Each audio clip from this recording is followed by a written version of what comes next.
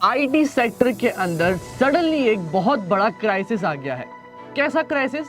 बहुत सारी बड़ी बड़ी आईटी कंपनीज के शेयर मार्केट के अंदर प्राइसेस घट रहे हैं, कंपनीज के प्रॉफिट भी घट रहे हैं।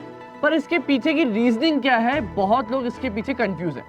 समझिए, पिछले कुछ महीनों से बहुत सारे एक्सटर्नल चेंजेस, एक्सटर्नल यानी आउटसाइड इंडिया भी चेंजेस आए हैं और इनसाइड इंडिया भी बहुत सारे चेंजेस आए हैं। One of the biggest reason जो रहा है कंपनीज की प्राइसिंग कम होने का, आईटी सेक्टर के अंदर जो शेयर मार्केट के अंदर प्राइसिंग कम हो रही है, उनके पीछे डायरेक्ट इंपैक्ट आता है आउटसोर्स सर्विस का। इंडिया का आईटी सेक्टर मेजरली अपनी सर्विसेज आउटसोर्स करता है यूएस और यूरोप की कंपनीज को, जहां हम सर्विसेज प्रोवाइड करते हैं। अब यूएस और यूरोप के अंदर सबसे बड़ा इंपैक्ट पड़ रहा है रशिया और यूक्रेन वॉर का, जिसकी वजह से वहां पे बहुत सारा कंज्यूमर प्राइस इंडेक्स, अगर हम बात करें तो बढ़ गया है।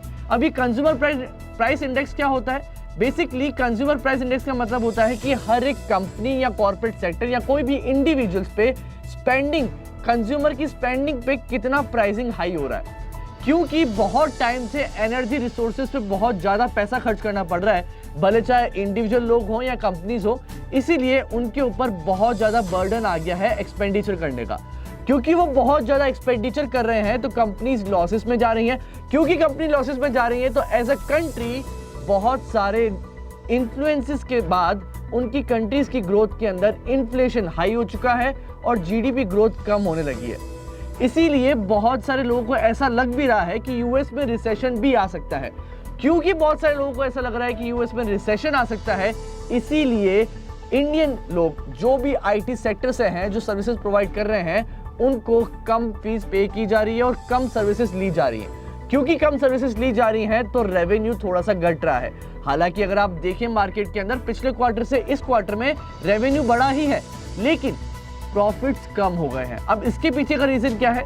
एक रीजन आप ऑलरेडी समझ चुके हैं कि एक्सटर्नल प्रेशर आ रहा है। दूसरा रीजन ये है कि आईटी सेक्टर के अंदर ही, within the IT sector, बहुत सारा एट्रिशन हो रहा है। एट्रिशन यानी एम्प्लॉइज कंपनीज छोड़ के दूसरी कंपनीज को ज्वाइन कर रहे हैं। ऐसा क्यों हो रहा है? क्योंकि आईटी सेक्टर ऑलरेडी एक बहुत बड़ा सेक्टर है जहां पे एक मिनिमम या मिनिमल ग्रोथ है, लेकिन ऑन द सेम फ्रंट बहुत सारे स्टार्टअप शुरू हो चुके हैं जहां पे बहुत ज्यादा प्राइसिंग हाइक मिल रहा है, लोगों को सैलरी में हाइक मिल रहा है और लोग प्रेफर कर रहे हैं कि हम स्टार्टअप्स को ज्वाइन करें rather than same IT jobs में बने रहे। पहला reason.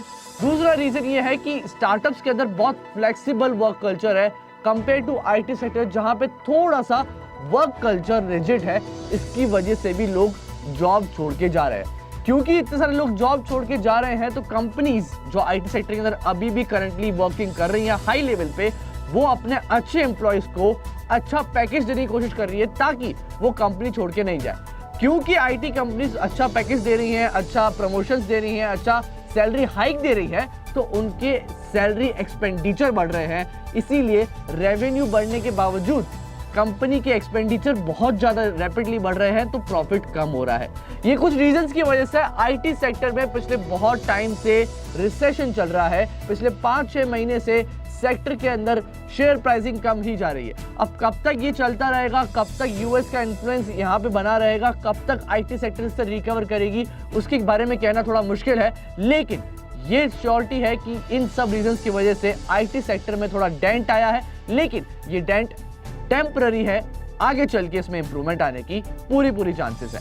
For more such information you can subscribe and follow our page. I will see you next.